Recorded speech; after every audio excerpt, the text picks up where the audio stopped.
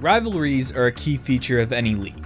The marquee matchups that put butts in seats and provide legendary clashes that get talked about for generations. Yankees-Red Sox, Habs-Bruins, Giants-Dodgers, Lakers-Celtics, Eagles-Cowboys, so on and so forth. Most leagues have a few like this, and you can bet they promote the hell out of them whenever they happen. But on the surface, one half of Japan's Nippon Professional Baseball lacks this. While the Central League has two blood feuds that go back 90 years in Giants-Tigers and Giants-Dragons, as well as the family-splitting brotherly clash that is Giants-Swallows, on the surface, the Pacific League lacks this kind of rivalry. Ever since the Kansai Classic ended, when the Blue Wave and Buffaloes merged in 2004, there aren't any super obvious rivalries that stick out to you. But there is one, built off the backs of riots, underhanded tomfoolery, and spite. One that has managed to survive 70 years despite both teams moving markets. Saitama Seibu Lions versus Chiba Lotte Marines. And it all started one fateful evening in Fukuoka in 1952.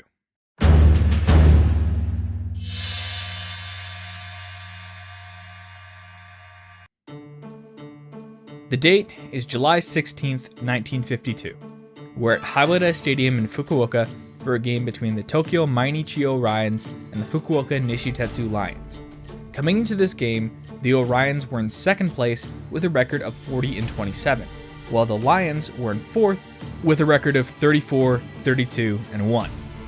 The Orions had come out of the All-Star break strong, winning 5 in a row, and were looking to continue to close the gap to the PL-leading Osaka Nankai Hawks, while keeping the Tokyo Daiei Stars at bay.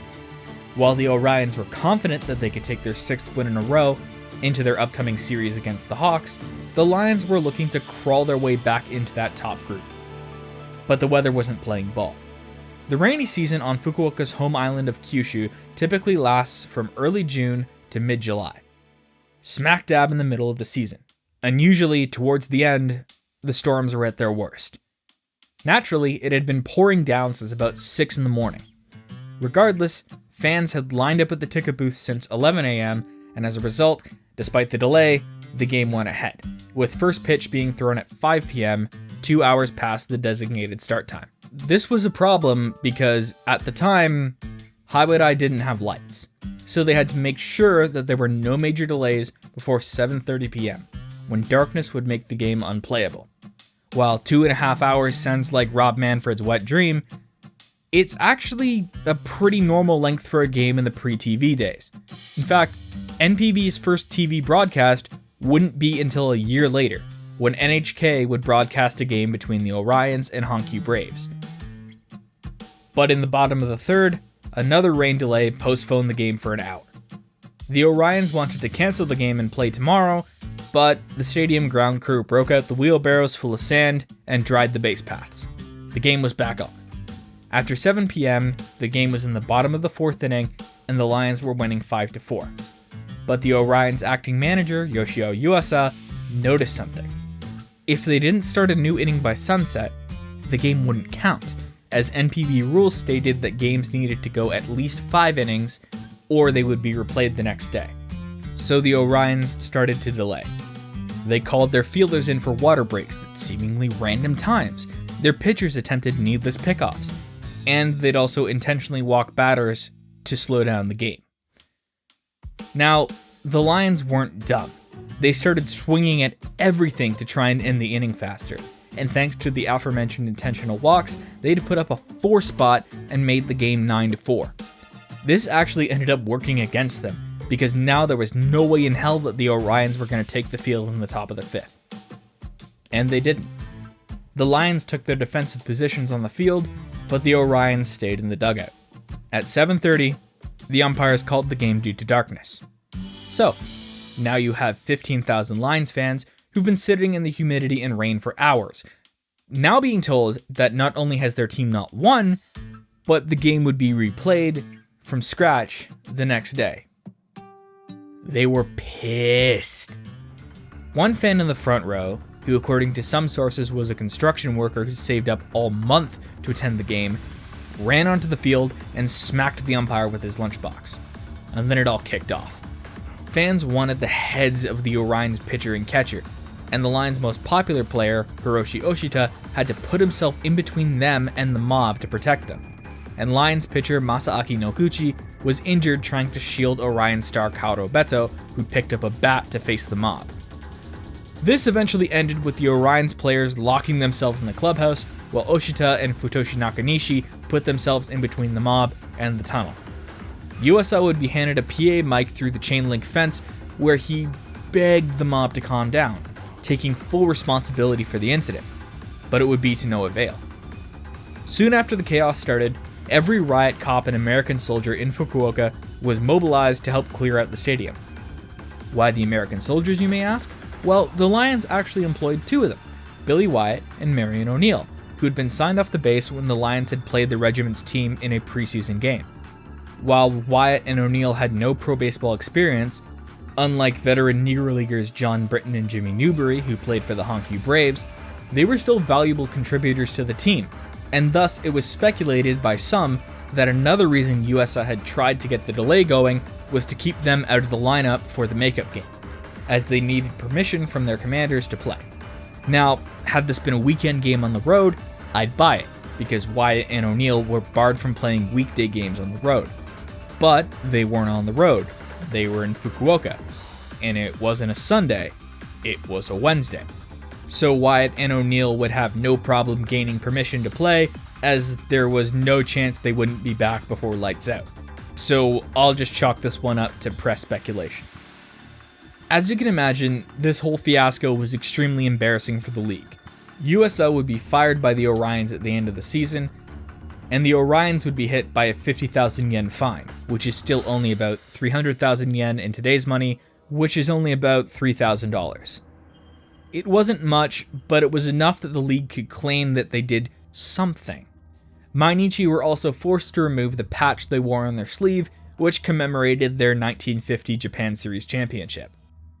Fukuokans would be further enraged the next day when they read Mainichi's reporting on the incident. Mainichi had, let's just say, conveniently left out the fact that their team's underhanded actions had started the riot, and they leveled most of the blame on the fans. As a result, most Fukuokans stopped buying their papers, and in some cases, Lions Owendom members would steal them from newsstands and burn them, but these were largely isolated incidents. This incident would also be the tipping point that would force the stadium to finally get lights, the towers for which would be completed before the 1954 season. The Heiwadai Incident ended up having another major consequence. It gave Lions fans someone to hate. Fukuoka isn't exactly close to other major Japanese cities, and up until the fighters moved to Sapporo in 2004, it was the most remote city in NPB. This hadn't exactly lended itself to the Lions building any kind of organic rivalry, especially because the closest team to them geographically, the Hiroshima Carp, were a Central League team, and thus there'd be no way that the Lions or Carp would face off outside of the Japan Series. Considering that the 1952 Carp were so terrible that they were actively fighting to stave off contraction, that wasn't going to happen anytime soon. So, the Orions became the perfect target. They played dirty, they paraded around that they were the first Japan Series champions, and their owners had engaged in dishonest journalism to try and absolve their team of any blame.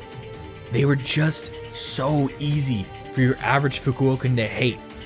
Meanwhile, thanks in part to the stories pumped out by the club's owners, Orions fans began to see Fukuokans as brutes and the Lions as a dirty team that started the whole mess, despite Hiroshi Oshita drawing praise from several other publications for his role in placating the mob. It didn't help that the local paper, Nishi Nippon Shimbun, published an article defending the rioters, with the famous poet and children's author Hachiro Sato stating that it was just the natural result when trying such delaying tactics against those from Kyushu. Sato had no dog in this fight.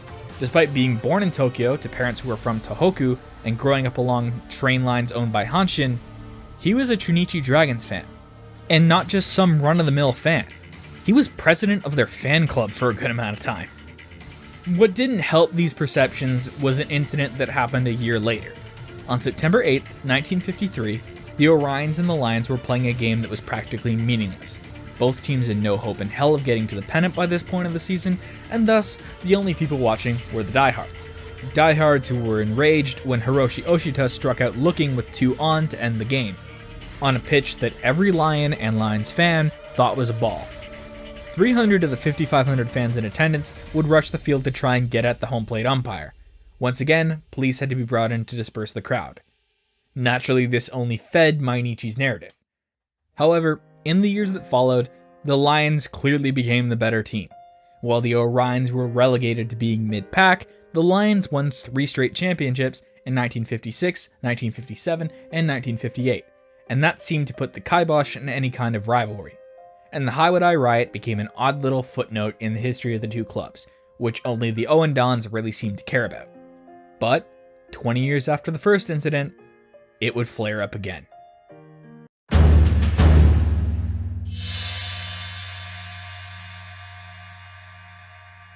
It's the 1972-1973 offseason. Jim Lefevre has decided that he is going to sign in Japan. Lefevre was a former All-Star and had won NL Rookie of the Year in 1965, so he was naturally a hot commodity. The Lions were all set to sign him, but another team swooped in and took him at the last minute. The now Lotte Orions. This was largely thanks to the Orions' longtime foreign star George Altman convincing him to play for the club, but the Fukuoka newspapers largely ran with the fact that it was about money, feeding into the money-hungry foreigner stereotype that was surfacing in the Japanese media at the time. Fans of the newly renamed Taiheiyo Club Lions were extremely bitter about the snub, which is funny because the Lions were actually able to get the better player, Don Buford. This opened up old wounds, and it didn't help that the two teams would be facing off to open the season. Buford endeared himself to Lions fans very quickly, hitting a walk-off home run as the Lions took the first game 8-7. But still, the Lefevre incident created a lot of bickering between the fans of both clubs, and their managers didn't help. The Orions were managed by Masaichi Kaneda, arguably the greatest Japanese pitcher of all time.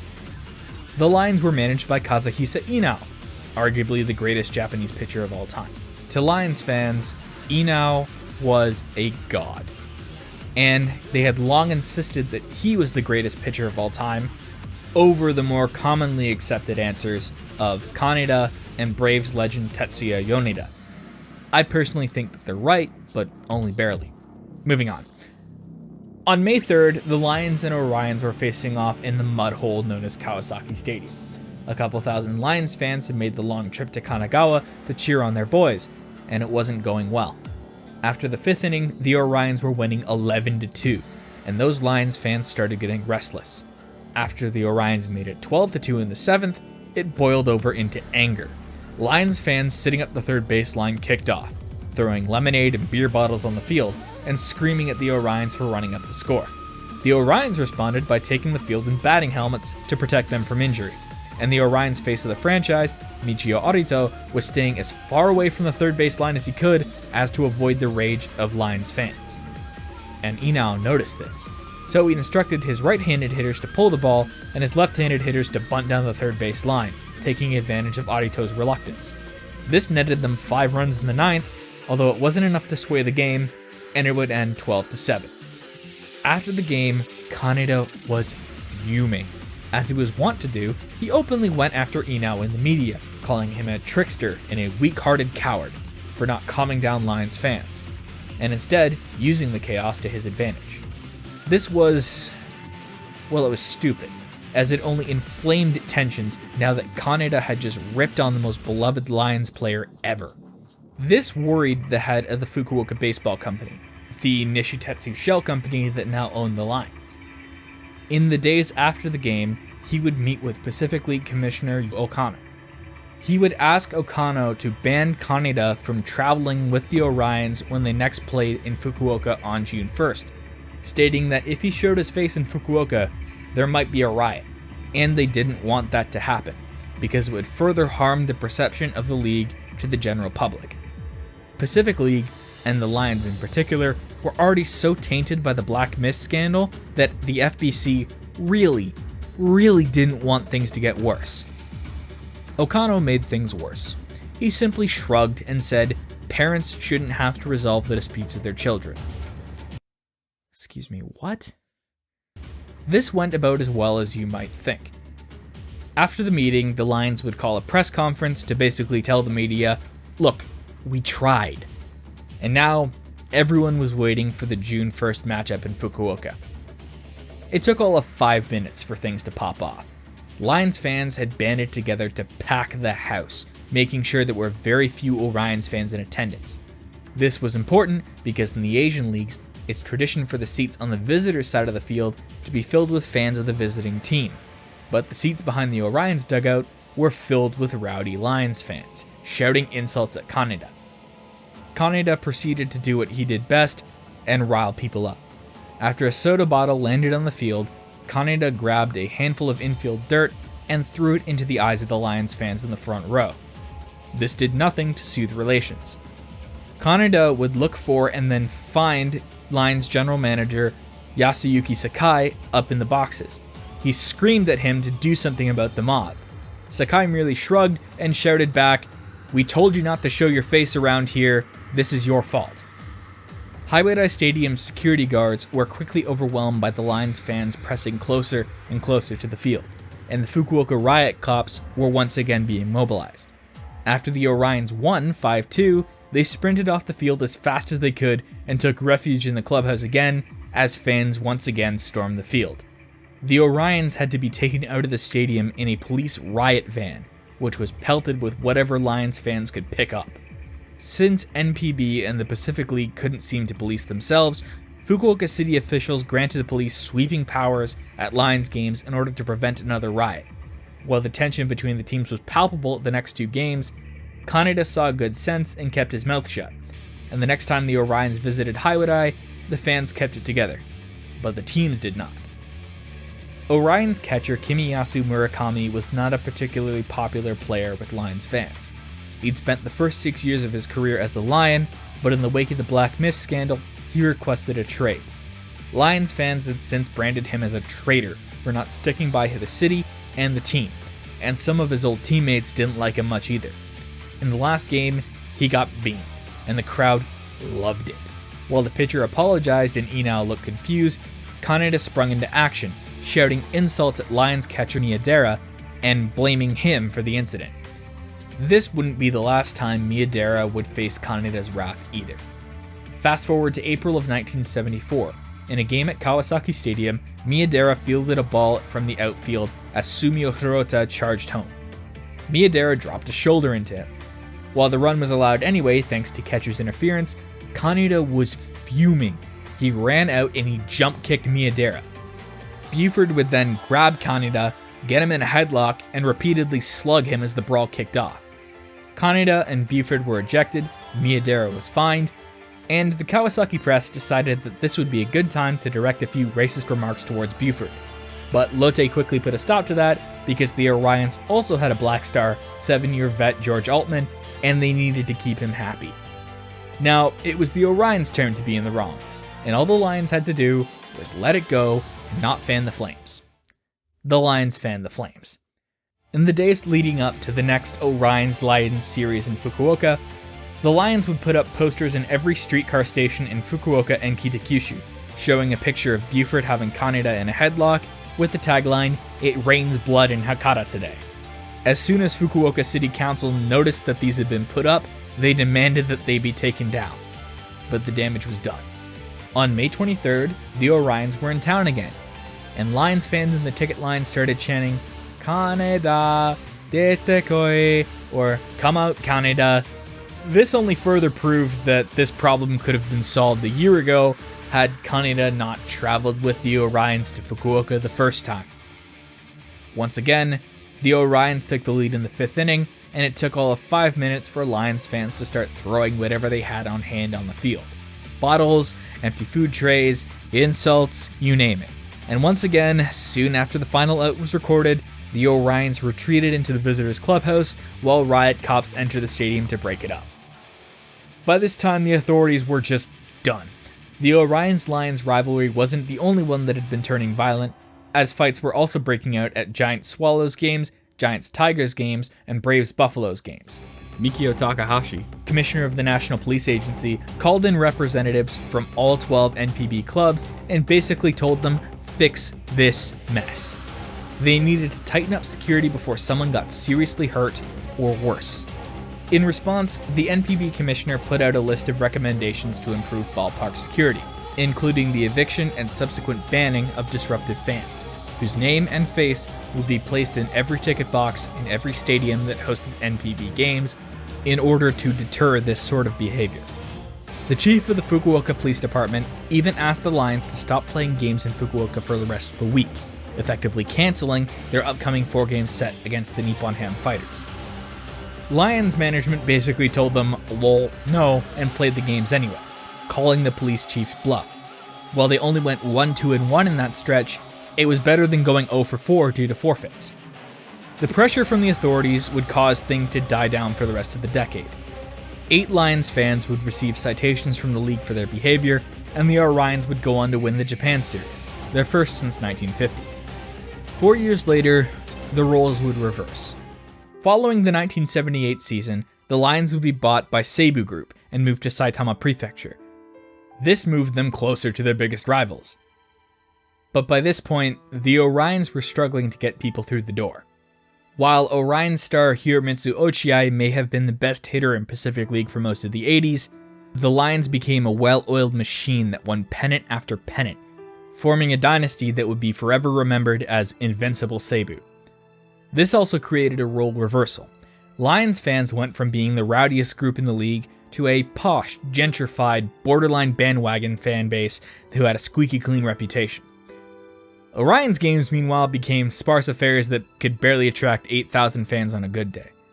In clips of Orion's games from this time, you can see the nearly empty outfield stands populated by old men playing shogi and mahjong in the middle of games, and you can hear a little girl screaming,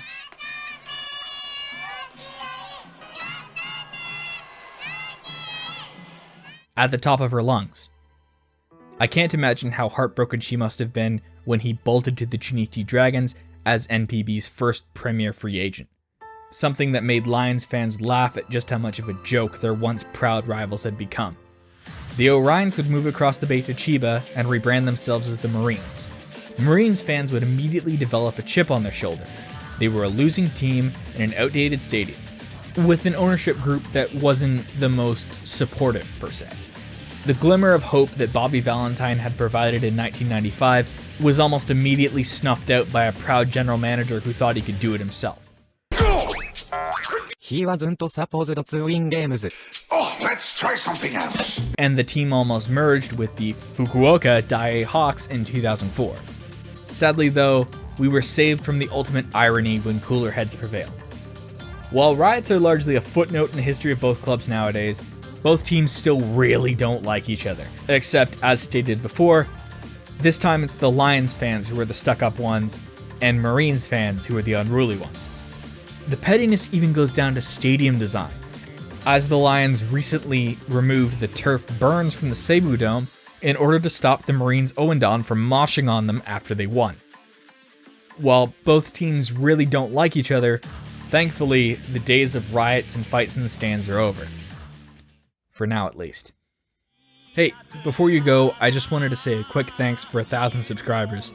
This has been a year and a half in the making, and every single one of you are fantastic, and thank you for supporting what I do. Thanks to this, I finally feel comfortable enough to start a Patreon, which I will link in the description. I can't offer much, but if you want to support me financially over there, you can. And that would also be greatly appreciated. Anyways, thank you for watching. Do all the YouTube stuff to feed the algorithm. And I'll see you in the next one. Bye.